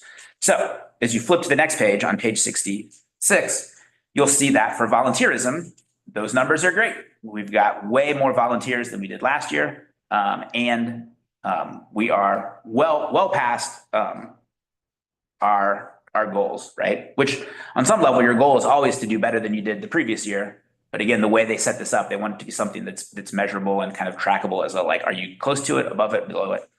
And then there's notes there that said last year we had 3,700 volunteers and they had 53,000 hours for a total of 1.6 million in value to the city, which is just unbelievable. And that is based upon, I believe it's $31 an hour, which is a standard volunteer metric that's used in volunteer reporting across the country based upon some national volunteer organizations. Nature education, they certainly did pretty well. Darn near 100% satisfaction for all of our nature programs.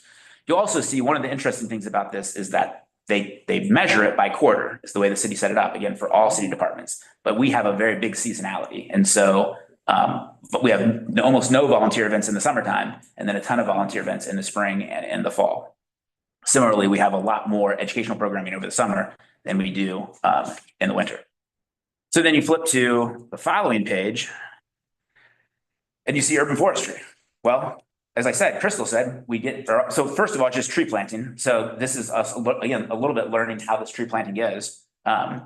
We were at 70% of our goal and our goal was 75%. So we didn't quite get to our goal of planting 75% of the trees that were ordered. But there's reasonable explanations for that. Some of the trees that weren't planted were because there was dry weather. Some of it was there were stump grinding that did not happen. It's a separate contract to grind the stump and get the tree well ready. So there's a couple different reasons for that. The good news is all of those trees are received, stored, and then they were eventually planted in the first quarter of this year or the third quarter of the fiscal year. So then urban forestry, nowhere near the 90% that we were hoping to get. We were more like 69% and 70%. So two things. One is that we had Hurricane Helene come through at the end of September into October. So right as the quarter split. So it was reflected in both quarters. You'll note, and I did the math when I did it to council, and then I didn't bring my council presentation with all my notes on it for today. But I believe if you add those up, it's like 500-ish CSRs that were reported in those two quarters. 270 of them were in that 7-day period. So well over half were in that 4-day period. So that delayed some of our closing out of CSRs. The other thing we learned is that closing out of CSRs or customer service requests is a terrible way to judge how we are accomplishing work. It's important because closing out that CSR is how we communicate back to the citizen. Your concern is heard and we have taken care of it. But the reality is we know that we're getting out to these down tree limbs within 24 hours. But there's no way for our team to, in the field, be like, tree limb closed, because we don't have a work order system. And so we have to go back to your desk. You have to like type it in. You have to close it out. So we're focusing on doing a better job of that, but it's not a great way to measure how we're doing. So CSRs come in exclusively through 311 or? they come in a lot of different ways, but 311 is one of the major ways they come in. Yep. So again, one of the fun things about performance management is you're learning ourselves better, right? We're in year one of learning ourselves. We're measuring this and we're learning both how are we doing at measuring what we're doing, and are we using the proper ways to measure what we're doing, right? So all of that's an evolution. So then you get to the next page and whoa, boy, did we not do good at closing out CSRs for trash and litter pickup. So again, our effort was to try to understand how to measure our ability to keep the parks great. So when you look at this and you see two red things and you see the goal was 75% within 10 days, but we were at 41% and 29%, that's terrible, right? Who's running this shop? But then if you look at it differently and you can see that over 6 months, we had 38 CSRs for litter or overflowing garbage cans. We have 130 plus parks, over 5,000 acres, and 38 times somebody said the park doesn't look beautiful. That's actually really good. Now, our ability to close out the CSRs for those 38, again, might not be the right metric. We aren't doing a good enough job of closing those out. But from another lens, only having 38 times where a citizen saw an overflowing trash can or a thing of litter so bad that they had to even report it is an amazing metric, right? So the other thing that we found through this process is that we as a park system hadn't been paying very much attention to CSRs at all. And so Kate and Kelly on Rocky's team dug into it, and they did a whole analysis of all of the CSRs. In March of last year, which was right around the time we had to finalize our performance metrics, we had over 500 open CSRs, some of them 4 or 5 years old. We just hadn't paid attention to it as we got the CSR, we sent it off to somebody to take care of, that person took care of it, done. We had almost no repeat CSRs for the same problem twice. But it wasn't even on our radar. The issue may have been resolved, but wasn't getting closed out. It wasn't even on our radar. So since then, we've closed out all of them. We've got all caught up, and now we have only 40 in any given month, and we're tracking it in any given month to see what is our closeout rate. So we now know our goal was to do it within 10 days. We now know for our CSRs, we're closing them out on an average of 20 days, and that's hovered pretty steady over the last 6 months. So as we've gotten better and better at this, we've learned how to do it, and we're improving our way of doing it. So I can go deep on this, but it's been a fun process to get better at it, to learn what this is, and to get better at it. So if you get I'm sorry, go ahead. Yes. All right. Sitting in that chair is a gal who brought up Doris City Park. And that is a huge CSR sitting right there. Mhm. How is that being addressed? And why, it may be one thing not to redo it, it's another thing not to keep it clean. I Well, don't quite understand. Yeah, and I don't like hearing that a park has a lot of trash in it or isn't looking good. I can tell you, I was there last Thursday and it was flooded in a certain area right by the gate, which is one of the main things we're going to improve. But I didn't see any trash or litter. So I'm sure Jenny has written this down, and I'm sure if she hasn't already, she's reached out to Matt Hood, who's in charge of our West operations, and they'll have somebody out there to look and see if that's the case. Is there, I encourage anybody, Josephine or others, Josephine, right? Okay, I wrote it down and then I was like, anyways, Josephine or others to report any of that and to enter it through 311, because that's how we find out about it, or to just call us. We have phone numbers at a lot of our parks to call us because we want to know as quick as we can so we can get out there and address it. there is personnel to take care of it. Absolutely. And so again, I don't doubt at all that there are times when there is too much trash, but I haven't heard that until today, and we're certainly on it. So from a process perspective, if you're getting a telephone call, is someone entering that into the system so that you've got a system of holding the team accountable? No, I think sometimes we enter them as CSRs, but generally not. So our process is we just send it to the person that is in charge of it and they take care of it. One of the things that we desperately need is a work order system. And I've been working with the Office of Performance Data Analytics to get that done. One of the challenges is the work order systems run through CAGIS historically, and CAGIS, we aren't necessarily their priority for developing a work order system. And so recently in like January, February, we got the Office of Performance Data Analytics to agree to allow us to go outside of CAGIS and purchase off-the-shelf software. That off the shelf is an old term, off the internet software that we can use for our urban forestry program, which is one of the biggest things that we get CSRs for, and one of the biggest safety concerns for CSR, which obviously CSRs or issues in parks, safety is the number one thing, right? Whether it's in our mission statement or not, it is near and dear. And so he agreed to let us get off the shelf software, which took him kind of getting some approvals at some different levels. Our team, we have 2 GIS analysts, and Crystal's team have been analyzing several softwares. And I think we're close to, I just got an email earlier this week, I think they're close to a recommendation on what they want to go with. And then we'll be able to purchase that and get that in place. And will that interface with CSR? It will not, but it will be a work order system. So again, I can go deep on this. I mean, this would be ideal if it did though, so that CSR interfaced with your work order system and then you assigned out work and it Ideally, and that's back to CSR. it's one of the reasons why there's been this delay, because they're like, well, if we can go through CAGIS, then there's some possibility, except that delay. And one of the things that I really like about the chief performance officer is that him and I kind of agree on sometimes you just need to do something, and then rather than wait for perfect, you need to do something and get it working, right? So we have still been operating on, basically an Excel spreadsheet, and Crystal can speak more to the specifics of it, but we haven't had this forever in the urban forestry department. We're going to get something working, and then we're going to, rather than wait for perfect, we're going to get it working. Anyways, so that recommendation is coming soon, and we're hoping that we'll have that implemented over the summer and up and running, which will be a dramatic change. Secondarily, though, we need a work order system for all of parks, and that's absolutely necessary. Both it will help with our data, and it will help with holding people accountable and driving better results for folks, which again, the results are really good. 38 CSRs for litter over 6 months. But if we're relying on data and if we're making data cases, we want to have the most robust data that we can. I think you're moving in that direction. This is when I'm not sitting in this chair, my day job involves a lot of work order resolution. And I think you're moving in a good strategic direction for that. My king of the world scenario would be after a year or two of seasoning the data, is 10 days the right number? Could it be 7? And if we get 7, could it be 5?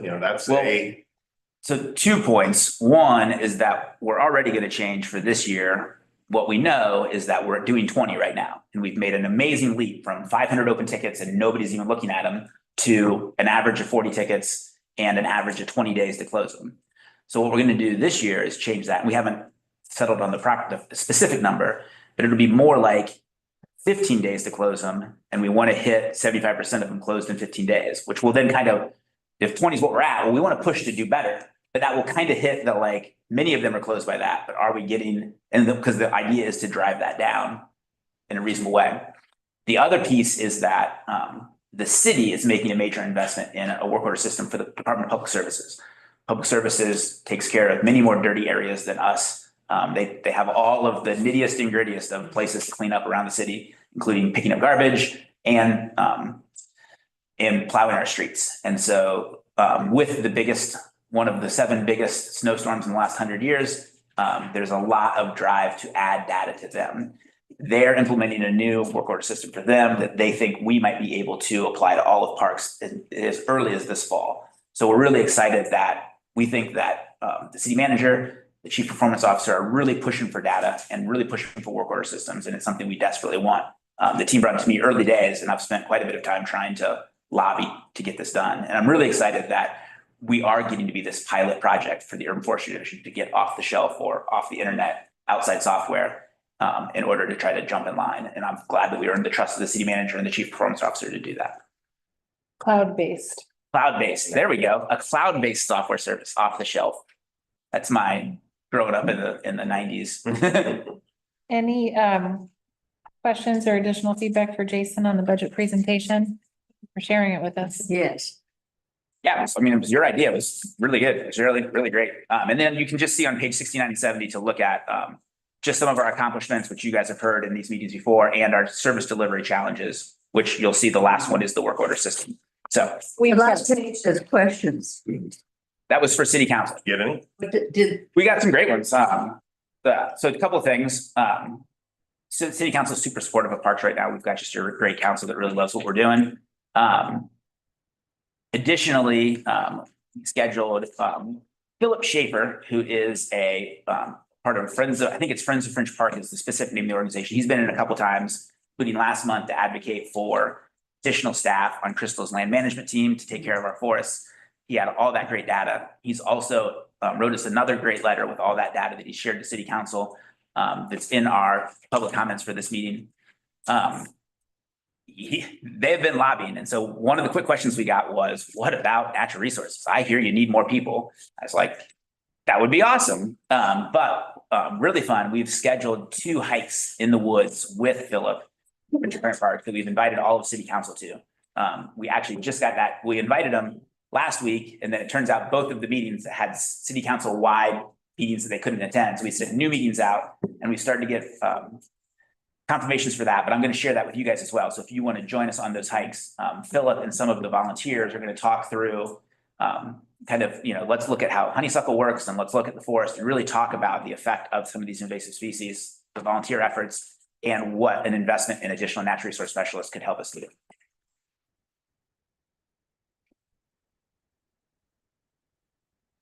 So I think it would be a great idea for us to, when you think about your cadence on the things that you'd like to present at these meetings, that we just have a slide each quarter that shows us how you're tracking against those metrics. we have to, each quarter, correct? Yep. Each quarter. Yep. Great. What's up next? We'll talk about the park improvement project update. This has changed quite considerably since it was last issued in September. Yes. So we have updated the 3-year improvement plan. Another thing that we want to get on a good cadence to be issuing a report every couple months or updating it every couple months. Twice a year. Twice a year. Yep. Every 6 months. Yeah, every 6 couple of months is what I meant. Yes. I definitely did not mean more than twice a year. And so, as you can see, this mirrors in many ways Joel's report for many of the projects that we talk about every month. The fun thing is we've got a lot of projects that are finally happening in Q2 and Q3 that are underway, and Joel talked about many of them. International Friendship Park is finishing up. We're doing the groundbreaking. The dog park will be under construction soon. And then we've got Lot 23, Smale Park, Alt Park Playground. The Lido Park Comfort Station is out to bid right now, and we expect to be bringing that back to you either in May or June for approval. Everybody's Treehouse we just approved. So a lot of projects, and then as part of that, and then Area 23, right? So a lot of projects that we've been talking about for a while are finally kicking off and finally going to be getting underway, which is really exciting. We now have, better understanding of kind of the next set of projects that are up. Again, all projects we've been talking about. Some of these projects, like Glenway Park, Gibson House Roof, Owl's Nest, are projects that will be part of our capital budget request to City Council. And we hope that will be part of the city manager's budget, the mayor's budget, and then ultimately approved by City Council in June for us to have access to those funds in July. And so those will be projects that are kicking off after that. And then one of the big things we've done in changing this up is we took off the 6-year forecast, and how that comes out in the city manager's budget will start to allow us to understand better when we will have access to the funds to do the project. And then beyond that, what we did was we tried to remove some of the projected construction timelines and just kind of talk about planning for many of these ones that are below that gray line until we know for sure when we can start to expect that. Obviously, we hope that the planning signifies the end of planning, and then we will move to procurement and bidding and contracts. But we've taken away some of the ambiguity because we don't know. But again, as we update this every 6 months, we'll start to, the projects will move off the top and the new projects will appear, and we will slowly move from northwest to southeast. I should point out that 3 projects came off of the last one is completed, and that is the Art Museum Drive, the Mount Echo Pavilion Roof, and the Ludlow DNR Garage, all completed in Q1 of this year or earlier. So happy to answer any questions about it. We get great feedback for this all the time. We're really excited about how this helps to just provide transparency and kind of show the width and breadth of how intense Joel's team is just running full speed, trying to make awesome things happen for our parks all the time. This is on our website. It's on our website. A couple times a year. And it's on our website. I take it to a lot of meetings, and where do you want to fit it in? Because people, obviously people always want to have new projects for us and always have new ideas and things to do. This is a great communications tool to show that we are indeed on it. We're full speed ahead. My only question, feedback, request is that we take a closer look at Inwood. The city provided $1 million of funding for that project 2 or 3 years ago. There's a massive amount of new construction there that's underway. It is just a renewed area of uptown. And this project is a real black eye. I mean, this park is a real black eye. And, the time is right now. 2028, I think, is where the city projected they would have additional funding available for this park. That's a long way off. Maybe even 29, 28 or 29. We'll find out when they release their 6-year plan. Yeah, I'm, happy to, I'd like some feedback, I guess, from you and the team on what you think is feasible from a get it done perspective, so that we can potentially advocate for an advance on that funding from the city. I can speak to a little bit of that, just in big numbers if you would like, Commissioner. Oh, sorry, they've got 2029 significant funding. That's way out there. Yeah, that's the confusion, I guess, on our part. We've been doing a lot of due diligence, as you know, over the past 6 months to assess the $1 million of the wall work we may have had to do, which is now 250 to 300,000.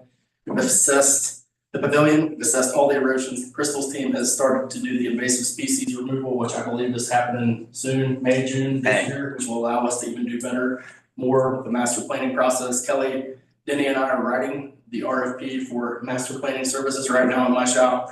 I guess the confusion on my end is I know I have $1 to $1.5 million bucks, and the council and the commissioners are asking for a $6 or $7 million project, which I know I don't have for 7 more years. So pushing that fast to me doesn't make sense until I know I have money enough to do what you all are requesting me to do right. If it's a question of have the plans done so you can go advocate for more money, that's different to me.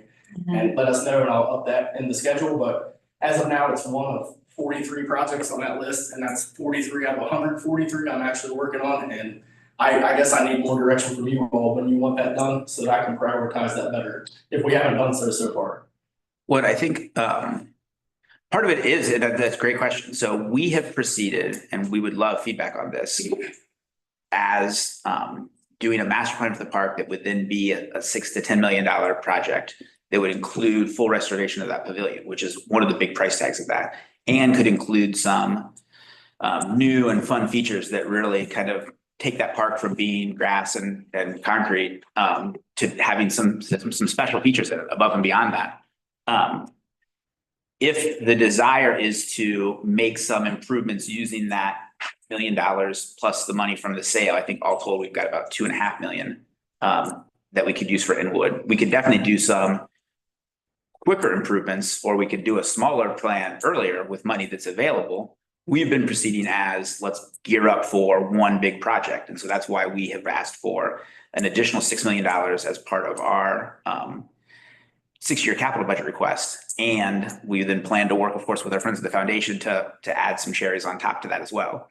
As Joel said, him and Kelly and his shop are working on getting that RFP ready to put out for a master planner.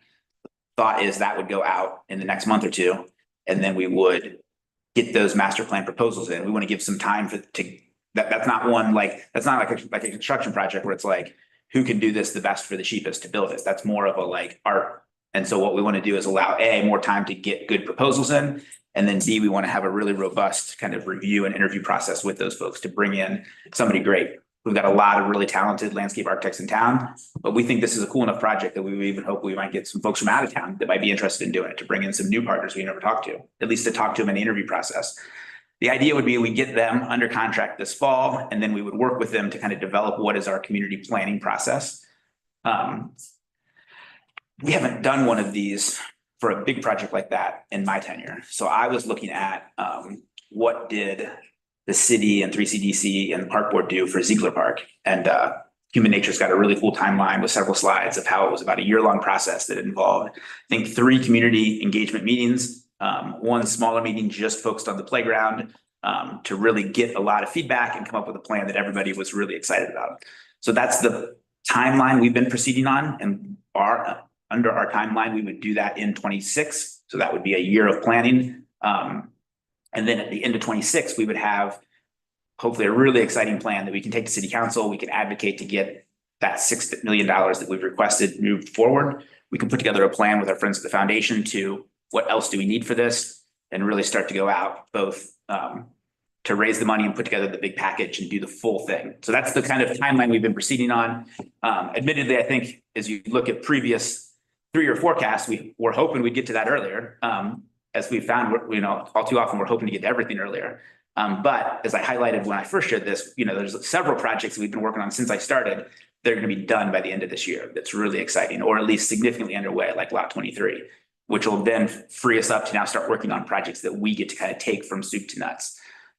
So that's the timeline we've been proceeding on. And like Joel said, they're getting ready to be able to issue that RFP in the next month or two. We're not getting ready to issue it. We're just starting to write it right now. Okay. That one, Crane Conservatory and Glenwood Park, we're writing all 3 of those at the same time. Okay. It's me writing them with Kelly. So Okay. I don't know exactly with my other obligations, how quick that I can do, but it's not going to be in the next 2 weeks. Yeah. Okay. I said several months. Yeah, definitely. I said several months. Anyways, and so the plan is to get those out. And then, but again, if there's a desire to come up with a phase strategy or to spend some of that money earlier, or if there's specific things that we think we can address now, we're happy to kind of rethink some of that. But we've been proceeding on this kind of like, let's do a really big and like make this kind of a signature project. Perfect is the enemy of good situation sometimes. And I'm going to contribute to that problem in this situation to the extent that the progress in and around Inwood sort of warrants additional park investment in that space. I would include Jackson Hill in the same, because I think if we have Inwood exactly where I want it, Jackson Hill has some struggles, and it's 400 yards from Inwood, 500 yards from Inwood somewhere. It's as close. So I hesitate to want to add something because of the complexity, but I'd hate to get this perfect and have this eyesore comparatively close. So that's I am firmly in both camps, which is not terribly helpful, I recognize. But What's Jackson Hill? Jackson Hill is essentially adjacent to Christ Hospital. Mhm. It's And it has a comfort station, an older playground, size 4 acres, 6 acres, something. It's not huge. More on the top of the hill, some great views, but it's had some pretty substantial crime challenges. And I would think if I'm a Mount Auburn advocate, I'd rather have 2 very good than 1 excellent and 1 pretty poor. It is from an anchor in a community perspective. So, but I recognize that there's only so many resources, only so much time, but to the extent, whichever path we would decide to go down, a more phased and make some stronger improvements sooner, I would be an advocate for at least doing some of that around Jackson Hill as well, because I think otherwise it's sort of stepping over one challenge to get to another. Let's revisit this. I think, if something's got to give, then we need to hear from you what that is, right? We don't know how many hours it takes and the resources available, and we certainly don't want to kill Joel. I can say this, a $6 or $7 million project, the design portion of that should be between 10 and 15%. So we're talking $6 million. 10% is 600,000, 15% is 900,000. Divide that by $150, and that's how many hours.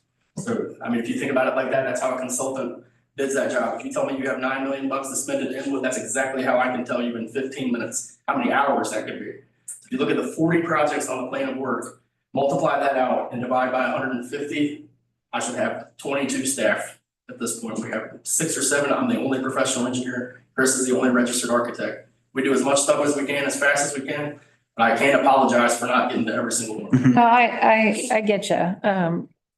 I mean, I think there becomes a point where we've got to leverage people on the outside more too. If it can't all be done in-house, then you get experts from the outside to leverage. Absolutely. Okay, anything else you want to talk about on this? Great, meeting. Always fun to update it. It's a lot of work to update it. Rocky's team does a great job of making it look pretty, but just really excited to kind of show our work as we move along and try to tackle so many things so quickly. I love this one. No, it's really, Worth really. 1,000 words. Yeah. Okay. Oh, yes, I'm still running the meeting here. Director's comments. What else do you have, Jason? Lots of fun stuff. So I'll give Kate a second to pull up the slides. There it is. Flip. So we had yet another flood. So just last month, I was talking about how we had a flood of 55 feet and what it took to address a flood of 55 feet. Well, we had one of almost 61 feet. It's the biggest flood the city has experienced since 1997. And it's very close to what we experienced in 2018, which was, just 7 years ago, but even a little higher than that by about 7 or 8 to 10 inches. Jason, if I can just interject real quick. Look at those tools hanging on. You were asking about IFP. If you look at the area closed graphic, generally speaking, the flood went from just west, in terms of our parks, just west of Paycor Stadium over to about the boathouse, and then up to about Marion Way in broad terms. All that was underwater. Some areas a little more, a little less, but that's kind of the footprint of what we were dealing with. The parking lot at the boathouse and Ted Berry International Ship Park is at a higher level, which I got a lot of experience in 2018 because there's a red bike station there. And the one at Smale flooded, and we were down there looking over the edge to see if it would get into that parking lot. And it was probably about 4 or 5 feet from getting into that parking lot at 60 plus in 2018. First of all, we were just part of the city's overall emergency planning. The city's got a flood plan that it activates. We were on calls every day. Rocky was an integral part of the communications team as we got out messages about that. we followed our flood action plan. There's a lot of talk in the media about how this is an emergency and things are breaking and what are we going to do? The reality is that we've got a very detailed flood action plan that Ginny manages that has at 40 feet, we do this, at 41 feet, we do that. I mean, we start this anytime it gets to action stage, which I think is 40 feet, we have different things that we start taking into account. So this time we executed that plan, which means that we got the parks ready. We moved things that could be moved. We turned off power. We prepped utilities, capped water and different things. We removed light poles, trash cans. There's a restroom under the Roebling Bridge that we removed. And we had to get an emergency purchase contract that sped through it a day to get a special company to come in and disconnect that, seal all the utility connections up and move that to higher ground. And then you sit and wait. And the flood waters come in and we deal with it. And you watch it for a little while. You bump into people that run Premier Park events and talk to them about their particular challenges. And then the flood starts to recede. And that's when we really get into the big lift. And you can see our team just did an amazing job, covered in mud every time I went out to see him, but high spirits, working hard. Even on Saturday, I was down as we were getting ready for the flood. I walked down and was walking my dog. And sure enough, the team was there. They were getting ready for it. And they were kind of prepping for as the water creeped up. They're like, oh, I think we're going to have to take that last. They thought they had trash cans that were safe. They were close to the road. Nope, they were moving those out as well. So just on it from the beginning. But we then were power washing, we're scraping mud up. We're just 2 inches of mud everywhere. Power washing, cleaning park benches, trash cans, other amenities. Some things were I don't want to say broken, but might have been injured that needed to be repaired or touched up. We took care of all that. And then the last pieces were putting the lights back, turning the electrical infrastructure on, the restroom returned under the Roebling Bridge. The foot piano in Smale was restored. I believe as of Wednesday, as of yesterday, we were still working with Duke to turn back on the power at Smale and Sawyer Point because they turn off all of their boxes that are before our boxes. And so we aren't able to turn everything back on just yet. That might have changed in the last 24 hours, but that was where we were at yesterday. We wanted to make sure, I think the report yesterday was, the thought was that would happen by Friday. We have events in Smale next week. And so we wanted to be ready for next week. I believe it is. We need to be ready for those events to make sure all the power's back on. And there's every indication that will happen. We also had the tour with the mayor. You saw on a previous slide, the mayor came down and we did kind of a press briefing on kind of the overall flood response, but we did it from Sawyer Point, which was really fun. And then they had a community-wide volunteer event on Saturday where folks showed up to LeBlanc, and then they bussed some of the folks in to help out at Smale as well. And so we activated those volunteers, which was great. Such a good thank you. If you go to the next slide, our social media team does what our social media team does, which is generate amazing content or share the amazing content of our team. But if you hit play here, this poor guy did not make it out with the water. And so Andy, who's the head of our facilities team, rescued him, gave him a little kiss with Casey there. And then in the water he goes to live happily ever after. And so there were a couple videos of our team rescuing fish like that, which is just, again, great that they're doing it. It shows you the width and depth of the cleanup effort. And then also just bravo to Rocky's team for capturing it, sharing it, Huge. and kind of telling their story. Catfish, was that a catfish? What's the catfish? I believe so. It was one giant Yep. catfish. That clip went viral. It got shared over 1,000 times. You probably saw it already. That's so fast. Unbelievable. Heck of a story. Just a great work by our team. They just absolutely knocked it out. We have a resilient team. The parks are built to withstand this, right? And so we executed the plan just as we're supposed to, and everything went perfectly. The Chrome, so the butterfly show kicks off May 10th. It is Gothic Botanica. And so this is Gothic themed butterfly gardens, shadowy black foliage, deep hued blooms, set the stage for hundreds of iridescent butterflies to shimmer as kind of a counterpoint to that. As I was trying to research like Gothic architecture, what is this? What I came to was like, think of things Batman would sit on in a Batman movie. These are the kind of architecture that you think of when you think of Gothic Botanica. But it's going to be just another great show. Can't wait to see it. We had an all staff meeting this spring. So this is something that we've been doing in the fall. This is the first year we've done a spring one as well to kick off the season. So as I think about yearly cadence, we're now going to have a spring and a fall all staff meeting, which is just really great. We have some announcements. We have some, I speak and kind of come up with some sort of message, but mostly this is an opportunity to get everybody together from all the different departments or sections that don't get to see each other enough. Our friends at the foundation always buy us a delicious meal. And this time was no different. We had great food, people laugh, people joke, you can see different games. At the fall, we started the tradition of the tug of war at the last fall all staff. So what did we come up with for this fall all staff? Well, of course, we did an egg race. And so I had never done an egg race before. I should point out, no actual eggs were hurt in this. We got plastic eggs because eggs are expensive. We're not trying to waste eggs right now. But there were different kinds of spoons, like you had to spin around for one, you had to pass it behind your back for another handoff, and they were relay teams of 4.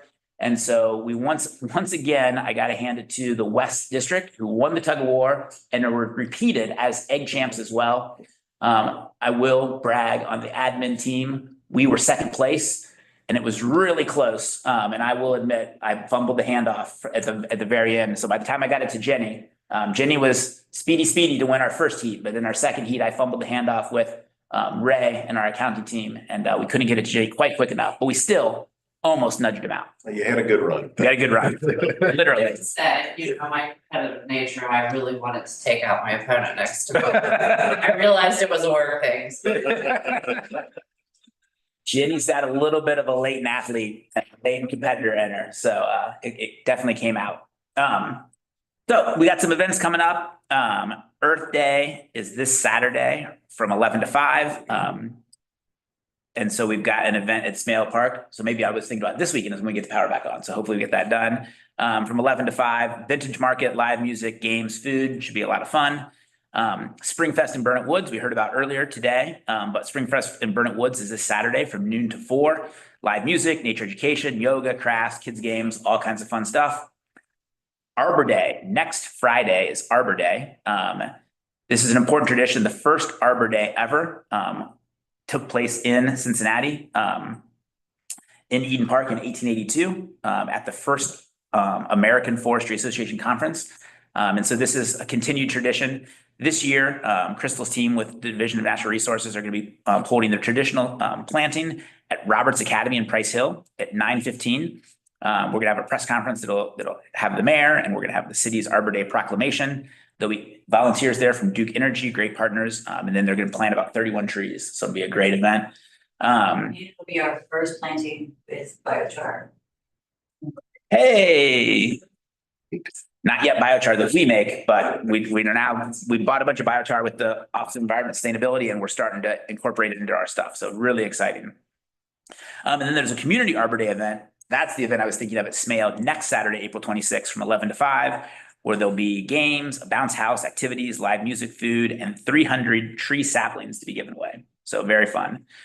Rockin' the Roebling, one of my favorite events we do, mostly because I can walk to it, is at Moorland Lager House at the Schmidlap Lawn. That's every Thursday, starting May 15th and running all the way through August. Just really fun event, lots of good music. And the first one on the 15th will feature Floyd and the Walkmen. So fun stuff with our great partners at Moorland Lager House. As I mentioned earlier, International Friendship Park opens May 16th. We got a celebration at 11 a.m. Hope you all can make it. We'll be joined by Greater Cincinnati Waterworks, who obviously helped us with that project, Sister Cities, and our International Friendship CPAC. And so it's just going to be a great event. There'll be some flags from our sister cities. Should be a lot of fun. And then lastly, the Warder Nursery Plant Sale will be held May 17th at Warder Nursery. Annuals, perennials, tropical plants, all kinds of stuff. And it's a fun way to support Cincinnati Parks and the Crone Conservatory. So lots of fun stuff happening all over the place.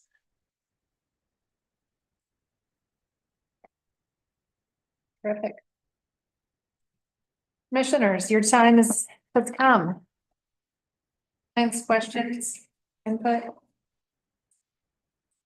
I was grateful to hear the calling out the cleanup effort was exceptional. And we spent a lot of our time talking about sort of new strategic initiatives, but the blocking and tackling, we got a lot of game in that. And that's a lot of water. 2 inches of mud is a big stuff to move. And I would be remiss to not call out the team who has, maybe it is still making it happen, but it looks driving by that has mostly substantially happened already and in an amazingly quick period of time. So just because you make it look easy doesn't mean it is easy. So thank you to everybody who has made it look so easy. Great. Agreed. Outstanding. If there's nothing else, then I'll take a motion to adjourn. So moved. Second. All in favor? Great. Aye. All right. See you in May.